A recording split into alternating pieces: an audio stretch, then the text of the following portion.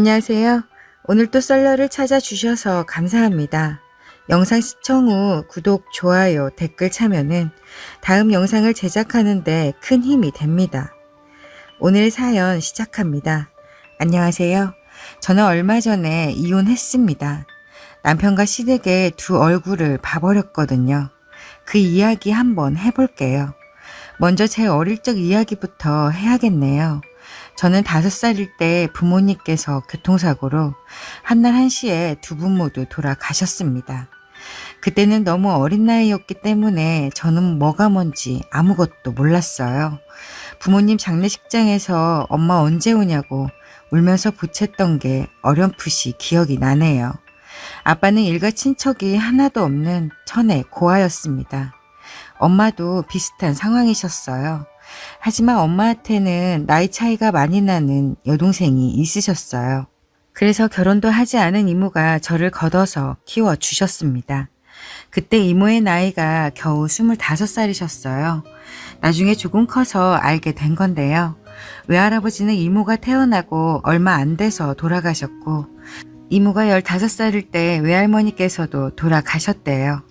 그래서 엄마와 아빠가 이모를 맡아서 키우셨다고 하는 거예요. 그래서 이모는 항상 엄마와 아빠한테 고마운 마음을 가지고 있었대요. 이렇게 받은 은혜를 갚는다는 것이 정말 슬픈 일이지만 저를 돌보는 것은 이모가 당연히 해야 하는 일이라고 하시더군요. 그런데 제가 초등학교 3학년 때쯤 이모가 결혼하게 되었어요. 당연히 제가 이모의 결혼에 걸림돌이 되었죠. 이모는 자기는 결혼해도 저를 데리고 살 거라고, 안 그러면 결혼 못한다고 하셨대요. 다행히도 이모부는 정말 좋은 분이셨어요. 그래서 이모가 결혼한 뒤에도 저는 이모와 같이 살 수 있었어요. 이모뿐만 아니라 이모부도 저를 딸처럼 키워주셨습니다. 이모도 애를 낳았고 저는 동생이 생겨서 너무 좋았어요. 이모부는 저를 동생과 똑같이 대해주셨어요. 그렇게 이모와 이모부 그리고 동생과 함께 너무나 행복하게 유년 시절을 보냈어요. 저는 지방에 있는 대학교에 가게 되었어요. 그래서 그때부터 독립해서 혼자 살았습니다. 그때는 그냥 고맙다고만 생각했어요. 하지만 성인이 되고 보니 이모와 이모부가 정말 대단하다는 생각이 들더군요. 이모야 언니의 딸이니까 그럴 수 있다 해도 이모부는 자기 자식도 아닌데 동생과 똑같이 사랑으로 키워주셨거든요. 그리고 저를 키우면서 들어가는 돈과 대학교 학비 때문에 걱정을 할 때면 저희 부모님께서 물려주신 돈이 충분하니 걱정하지 말라고 하셨습니다. 부모님 두 분이 안 계셨지만 고마운 이모와 이모부 덕택에 대학교까지 잘 마치게 되었습니다. 그 은혜에 보답하기 위한 길은 제가 잘 사는 것이었어요. 그래서 열심히 노력하면서 살았습니다. 그렇게 지내다 제가 결혼을 하게 되었어요. 이모와 이모부께 결혼하겠다고 말씀드리자 이모는 조용히 일어나 방에 들어가시더니 통장을 하나 가지고 나오셨어요. 그러면서 결혼 준비하는데 보태라고 하시더군요. 저는 그 통장이 어떤 건지 알고 있었어요. 전에도 한번 본 적이 있었거든요. 제가 회사에 들어가서 첫 월급을 받았을 때 선물을 사드린 적이 있는데요. 그때 이제는 저에게 줄 때가 되었다고 주려고 하셨던 통장이었거든요. 바로 부모님의 보험금이었습니다. 저는 그때 그걸 받아들고 얼마나 울었는지 몰라요. 부모님이 생각나서가 아니라 이모와 이모부께 너무 감사했거든요. 통장을 보니 단 한 푼도 쓰지 않으신 거예요. 대학교 졸업할 때까지 저를 돌봐주셨으니까 거의 20년 가까운 세월 동안 저한테 돈이 많이 들어갔을 텐데 말이죠. 그래서 왜 한 푼도 쓰지 않으셨냐고 여쭤봤어요. 우리는 너를 조카라고 생각하고 키우지 않았다. 처음 너를 맡아야 한다고 했을 때 우리는 딸이라고 생각하자고 결심했단다. 부모가 자식 뒷바라지 하는 것은 당연한 거야. 너를 키우면서 힘이 들 때가 없었다면 거짓말이지만 우린 즐거운 마음으로 받아들였어. 내가 별탈 없이 잘 커주는 거에 감사했거든. 너에게 부족하지 않게 한다고 했지만 그분들이 살아 계셔서 너한테 해주셨을 거에 비하면 너무나도 부족한 거 잘 안다. 그 돈은 너희 부모님이 오로지 너를 위해 남기신 거니 우리가 임의대로 쓴다는 것은 절대 안 될 일이지. 라고 이모부님께서 말씀하셨습니다. 최소한 대학교 학비같이 큰 돈이 들어갈 때는 저한테 들어가는 돈이니 꺼냈을 수 있었잖아요. 그리고 대학교 다닐 때 제가 학비에 조금이나마 보태려고 알바를 하다 이모부께서 아시고 크게 화를 내신 적이 있는데요. 학생이 공부를 열심히 해야지 힘들게 일을 하냐고요. 그렇게 학비와 제 생활비까지 큰 돈이 들어가는데도 그 돈을 손대지 않았던 거죠. 정말 저를 자식처럼 생각하시고 키우신 그 마음이 너무 감사했어요. 그래서 저는 그 돈을 그때나 결혼할 때나 마찬가지로 받을 마음이 전혀 없었어요. 그 돈은 저를 잘 키워주신 그분들에게 보답이라고 하기에는 그렇지만 그분들이 쓰시는 게 맞다고 생각했어요. 그래서 받을 수는 없었어요. 하지만 그 돈을 두 분께 드리고 싶다고 했지만 한사코 안 받는다고 하시는 거예요. 저도 드릴 거라고 고집을 부렸지만 이모부가 크게 화를 내시며 절대 안 받는다고 하셨죠. 그래서 제가 그동안 모은 돈으로 충분하다고 그 돈은 지금처럼 이모부가 가지고 계시다. 나중에 저에게 혹시 무슨 일이 생겼을 때 저를 위해 써주시라고 말씀드렸어요. 그렇게 작년에 결혼을 했습니다. 남편은 저보다 1살 많았고 5년 정도 연애했어요. 남편은 평범한 회사원입니다. 저는 결혼할 때 크게 하지 않으려고 했어요. 예단 예물 같은 거는 하나도 하지 않았어요. 그런 거 챙기려고 하면 이모나 이모부 성격에 가만히 있지 않으시고 하나라도 더 해주시려고 무리를 하실 게 분명했어요. 그래서 결혼 이야기 나올 때부터 우린 그런 거 하지 말고 하나도 주고받지 말자고 했어요. 순전히 우리 힘으로 시작하자고 했어요. 남편도 알겠다고 했고요. 그래서 작은 예식장에서 가족들만 모시고 결혼 반지만 교환했습니다. 신혼여행도 동남아로 다녀왔어요. 저는 결혼할 때 8천 정도 있었고요. 남편은 1,000만 원 정도 있더군요. 연봉이 제가 남편보다 높은 것도 있었지만 남편은 부모님께 생활비를 들여서 조금밖에 못 모았다고 했어요. 허투루 쓴 것도 아니었기에 남편이 저보다 적게 보탰다고 기분 나쁘게 생각한다거나 싫은 소리 한 번 하지 않았어요. 그리고 앞으로 열심히 해서 모으면 된다고 생각했죠. 그래서 대출 껴서 반전세로 신혼집을 구했어요. 대출을 받아야 하는 상황이었지만 저는 남편에게 부모님의 보험금에 대해서는 일절 말하지 않았어요. 남편이 어떻게 할 것 같아서 못 믿어서 일부러 말 안 하고 감춘 것은 아니고요. 제 돈이 아니라고 생각했기 때문이었죠. 그리고 가전제품은 제가 처녀 때 쓰던 게 멀쩡해서 그냥 계속 쓰기로 했으니 저희가 가지고 있는 돈으로 충분했습니다. 남편과의 결혼 생활은 괜찮았어요. 남편은 자상한 사람이었고 집안일도 잘 도와주는 사람이었죠. 남자는 결혼 전과 결혼 후가 다르다고 하는데 남편은 아니었어요. 결혼 후에도 연애 때나 다름없이 저를 아껴주고 잘해줬습니다.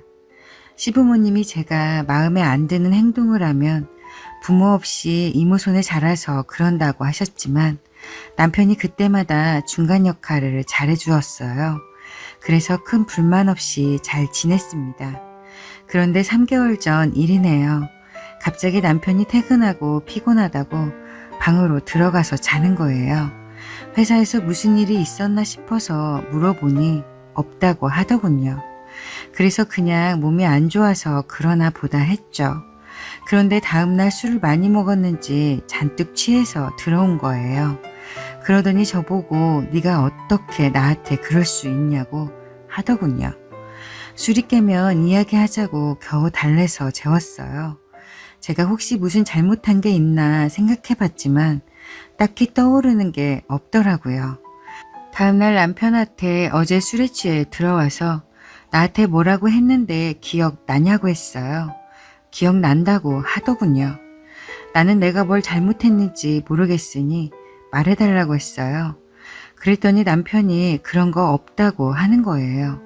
화 안 낼 테니까 말해보라고 했지만 계속 없다는 말만 하더군요.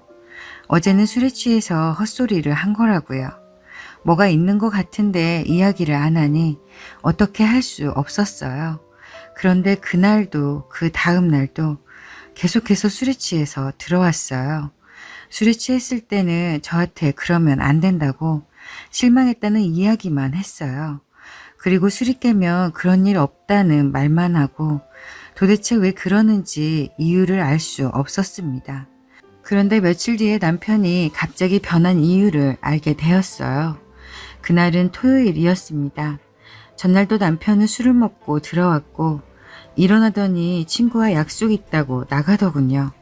남편은 지금 아무 말도 하기 싫은데 괜히 붙잡고 이유를 말하라고 하면 싸움만 하게 될 것 같았어요. 시간이 지나면 알아서 말해주겠지라고 생각했어요. 그런데 신우이가 찾아왔어요. 그리고 기가 차는 이야기를 하더라고요.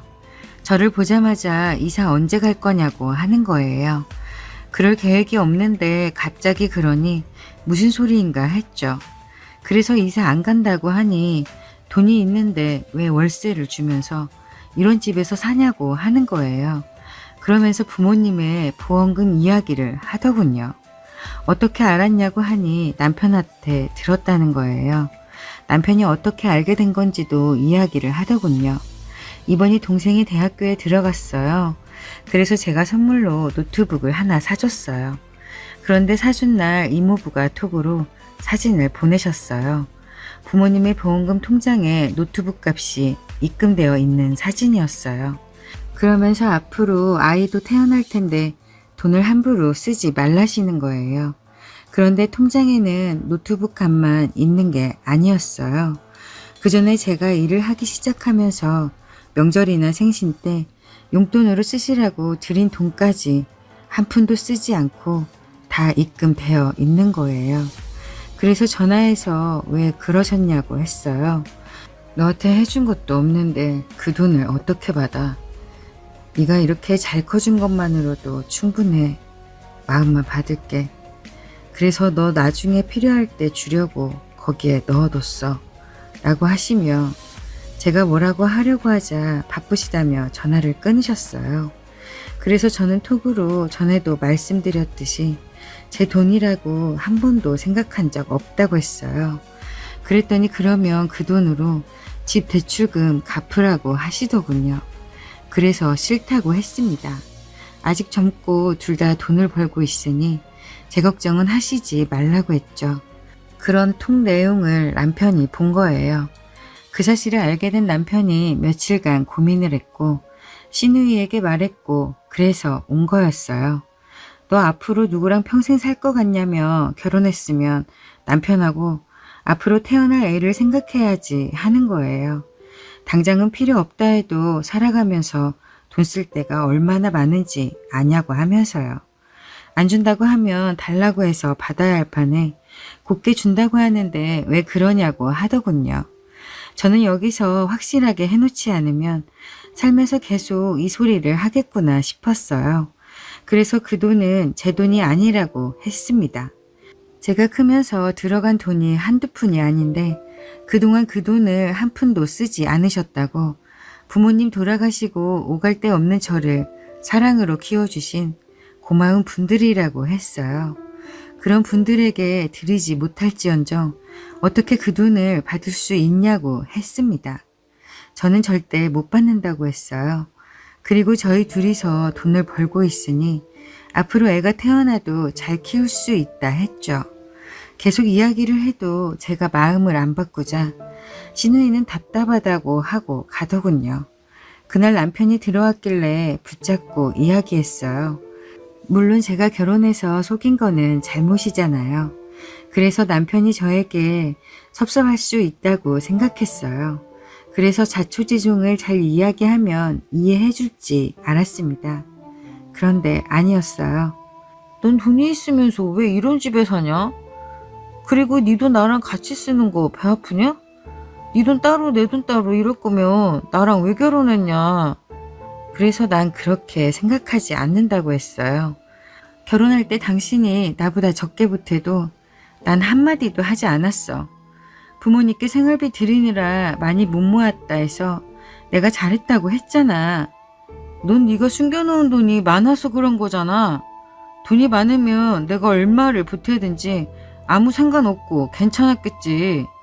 그래서 당신 돈 때문에 나랑 결혼한 거 아니잖아 라고 했어요. 그랬더니 그러는 거는 아니지만 모르고 있으면 모르겠지만 이제 자기가 안 이상 그냥 그대로 둘 수는 없다는 거예요. 그럼 어쩌자는 거냐고 하니 돈을 받아 오라더군요. 그래서 돈을 받느니 이혼하겠다고 했죠. 그랬더니 남편이 이혼이란 말이 그렇게 쉽게 나오냐고 하는 거예요. 그러면서 부모 없이 자라서 그러냐고 막말을 하더군요. 지 엄마가 그 이야기 할 때 아니라고 했는데 지금 보니 그 말이 맞다고요. 저는 도저히 참을 수가 없었어요. 그래서 남편 뺨을 쳐버리고 밖으로 나와버렸어요. 이모한테 갈 수도 친구한테 갈 수도 없어서 혼자 모텔에 가서 뜬 눈으로 밤을 새웠어요. 도저히 잠이 오지 않더라고요. 다음날 들어가 보니 남편은 방에서 편하게 자고 있더군요. 화가 났어요. 이런 상황에서 태평하게 잠이 오나요? 그런데 그때 시누이가 또 온 거예요.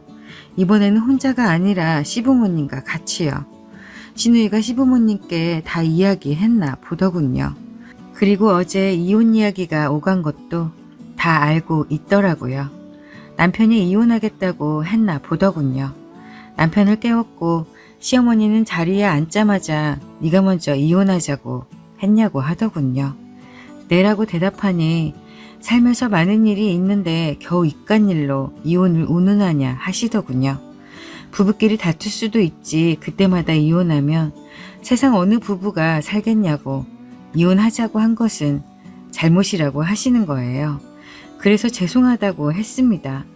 시어머니는 남편 보고도 마누라가 이혼하자고 하면 잘 달래서 살아야지 그게 뭔 짓이냐고 했어요. 저는 시어머니가 단순히 싸워서 이혼 이야기를 한 것 때문에 오셨는 줄 알았어요. 그런데 아니었습니다. 시어머니는 남편보다 그리고 시누이보다 더 황당한 이야기를 하시더군요. 내가 어떤 일이 있었는지 다 들었다. 이런 일이 있었으면 진작에 나한테 말을 해야지. 너희들끼리 이게 뭐냐? 돈 때문에 이혼한다고나 하고 지금 당장 너희들이 필요 없다고 하면 너희 이모나 이모부는 못 믿겠으니 나한테 맡겨라. 내가 잘 가지고 있다가 너희 필요할 때 주마. 그 집에도 자식이 있는데 죽 써서 개주는 것도 아니고 그런 경우는 없다. 아범도 그렇게 하면 이제 됐지? 그 말을 들은 남편은 고개를 끄덕이더군요. 저는 그 말을 듣고 어이가 없었어요. 부모님 보험금을 가지고 죽 썼다는 표현을 하는데 누가 가만히 있나요? 부모님이나 다름없는 분들께 믿고 맡긴 건데 왜 자기들이 이 난리인지 이해가 가지 않더군요. 만에 하나 그분들이 안 계신다 해도 그 돈을 시부모한테 맡길 만큼 저는 바보가 아니었어요. 그래서 싫다고 했어요. 다시 한번 그 돈은 제 돈이 아니라고 했어요. 그리고 어떻게 될지 뻔히 아는데 고양이한테 생선을 맡기면 되나요? 남편과 이혼할 테니 당장 내 집에서 다 나가라고 했습니다. 남편이 부모님 앞에서 건방지게 무슨 말버릇이냐고 화를 내더라고요. 시어머니는 부모도 없는 애를 받아줬으면 고맙게 생각해야지 배응망덕하다고 하는 거예요. 정말 이판사판이었어요. 배응망덕은 그때 쓰는 게 아니죠. 제가 아드님하고 결혼할 때 뭐 하나라도 주신 거 있으세요? 되게 아드님이 배응망덕한 거죠. 그 나이에 그것밖에 못 모은 주제에 제가 결혼해 주니까 그 은혜도 모르잖아요. 그리고 어머님은 쥐뿔도 없는 불쌍한 아들 구제해 줬으면 고맙게 생각하고 사셔야지. 물에 빠진 사람 구해주니 보따리 내놓으라는 그런 파렴치하고 몰상식한 사람이었네요. 제 말이 틀렸나요? 그 말을 들은 남편은 제 뺨을 때렸어요. 보자 하니까 무슨 말이 그따위냐고 당장에 잘못했다고 하라는 거예요. 저는 못한다고 했고 네가 뭔데 때리냐고 어디 한번 또 때려보라고 하며 남편 멱살을 잡았어요. 그랬더니 한숨을 내쉬며 똥이 더러워서 피하지 무서워서 피하냐며 제 손을 뿌리치고 제 식구들을 데리고 나가더군요.